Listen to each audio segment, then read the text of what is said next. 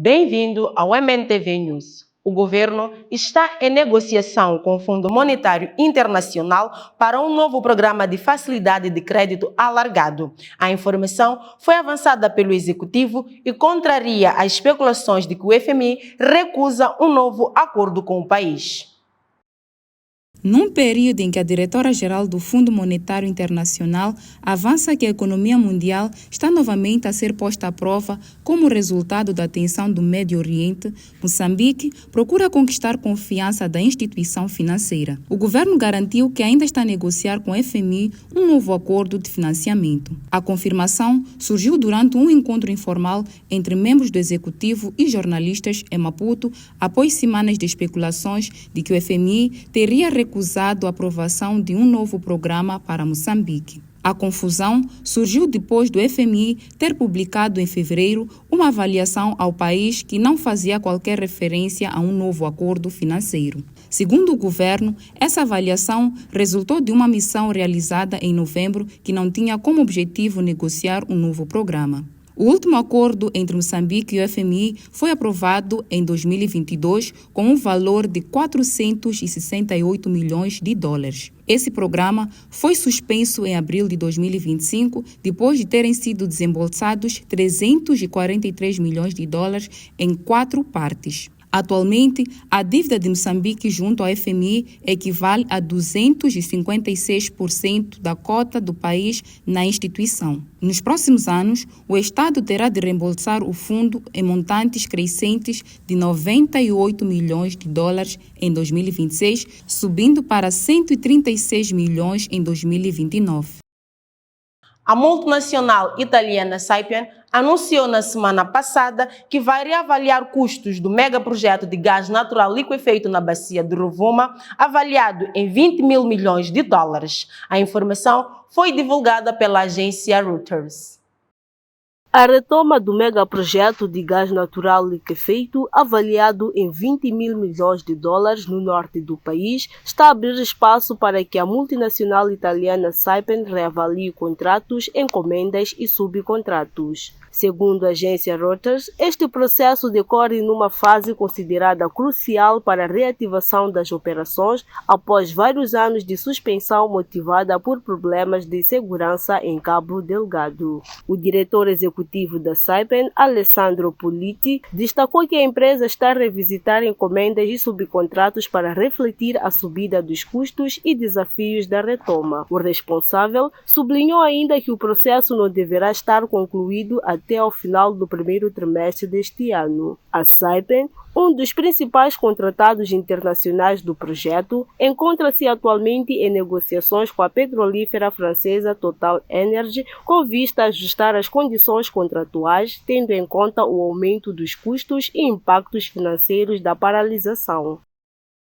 O economista moçambicano Egas Daniel alerta que a reavaliação de custos do megaprojeto anunciada pela multinacional Saipem pode comprometer o cronograma da primeira exportação de gás natural prevista para 2029. A produção e a primeira exportação de gás natural liquefeito do megaprojeto liderado pela Total Energy na Área 1, em Cabo Delgado, previstas para 2029, pode estar em risco. A incerteza surge depois da multinacional italiana Saipem anunciar que vai reavaliar os custos do megaprojeto. Pode representar. O economista moçambicano Egas Daniel considera que esta reavaliação revela os impactos estruturais da suspensão ocorrida em 2021, que podem atrasar o cronograma inicialmente definido. Acabou impactando de forma estrutural nos custos, não somente da Total de forma direta, mas sobretudo das empresas contratadas pela Total para poder prover certos serviços e, sobretudo, a parte referente à construção da infraestrutura de liquefação do gás, que representa uma boa parte dos custos, e a Saipem é que está, de facto, a liderar nestes custos associados a isso. Então, significa que, num contexto onde a empresa contratada é responsável por cerca de aproximadamente 6 mil milhões de dólares, o que representa 30% quase do valor total de 20 mil milhões de dólares do projeto da Total, num contexto onde esses custos começam a pôr em causa, ou pelo menos a atividade associada à Saipem começa a ser reavaliada para ver se de facto é viável ou não para a Saipem continuar, isso já começa a colocar em causa e em risco o cronograma. Na visão do especialista, um eventual atraso terá efeitos negativos para o país, retraindo potenciais investidores, sobretudo devido ao contexto de insegurança em Cabo Delgado. Uma retirada, um atraso ou uma possibilidade de mudar-se da empresa responsável por estes serviços de engenharia, aprovisionamento e construção, uma mudança qualquer ou um atraso pode representar de facto um adiamento até da primeira exportação que Moçambique pode fazer em termos de gás natural a partir de 2029. Daniel acrescenta que parte dos custos adicionais poderá recair sobre o governo, responsável por garantir a segurança do Estado. No entanto, defende que a distribuição dos encargos ao longo dos projetos pode suavizar o impacto financeiro. Para o país. De alguma forma também não seria bom em termos de risco também, quer dizer, sinaliza também um nível de risco um bocadinho maior, porque estamos a dizer que uma empresa importante, relevante, que está na cadeia de valor do gás natural na bacia do Rovuma, não quis continuar com as suas operações por causa da questão de insegurança. Voltaria a lançar um mini alerta, pelo menos, para a questão de risco país, que muitas vezes é usado por outros investidores para avaliar se Moçambique pode ser ou não destino dos seus investimentos. Para além de que está em curso ainda o processo de auditoria dos 4,5 mil milhões que a Total reivindica como tendo sido custos que foram incorridos por causa da paralisação do projeto.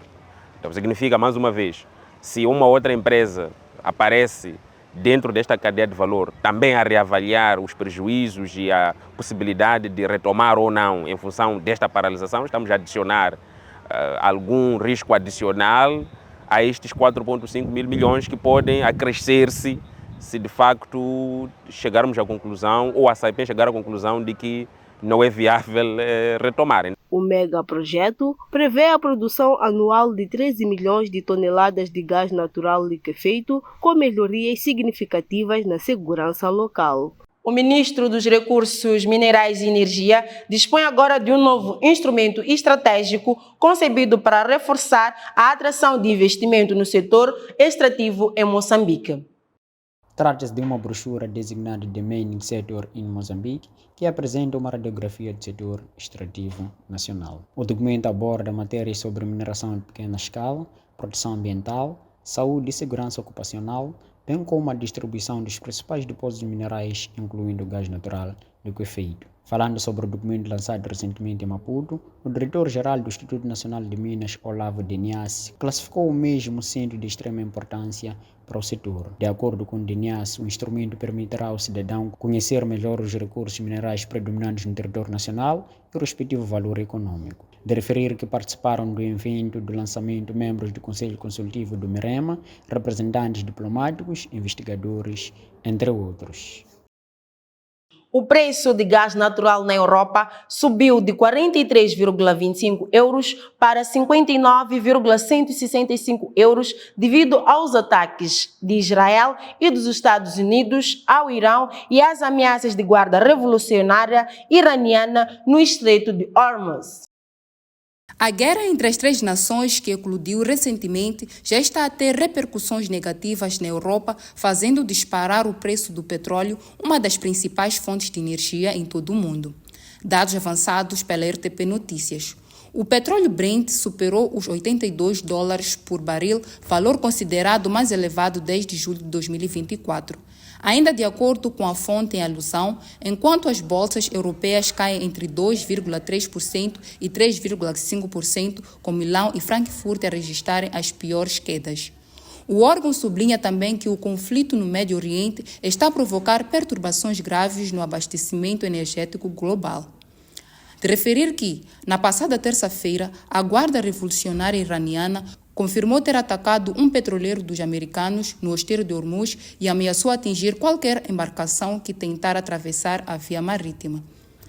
A mídia europeia informa que as seguradoras cancelaram a cobertura na região e as taxas de frete dispararam, levando petroleiros a evitar a passagem. Aliás, várias infraestruturas energéticas foram encerradas. É o caso do Catar, que suspendeu a produção de gás natural liquefeito.